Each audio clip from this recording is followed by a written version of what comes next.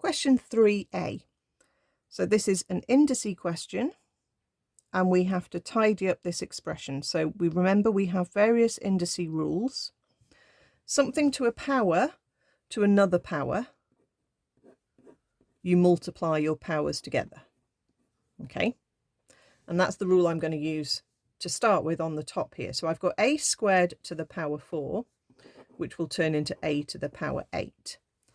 I've then got a square root. So we need to remember that square root is power 1/2. So let's just do that maneuver there to start with. Don't try and do too many steps in one go. You might go wrong.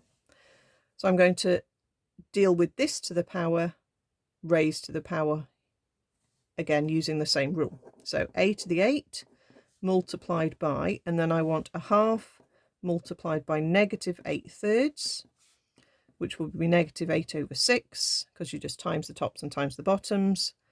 And then you can cancel that down to -4/3 by dividing by 2. So that will be a to the -4/3 over a to the -1/3, like that. Okay. Then we can use the rule that says a to the b times a to the c, and you can add your powers. Okay, so let's use that rule here.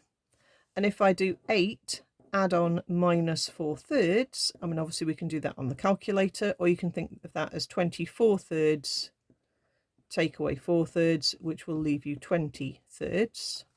So that is a to the power of 20/3 divided by a to the -1/3. Okay. And then we're going to use the third rule, which is a to the b divided by a to the c, or written as a fraction. And that will be subtract your powers. So we're going to have a to the power of 21/3, because let's just write down 20/3 take away -1/3 is going to give us 21/3. And of course, if you do that on the calculator, it will just tell you immediately that 21/3 is power 7.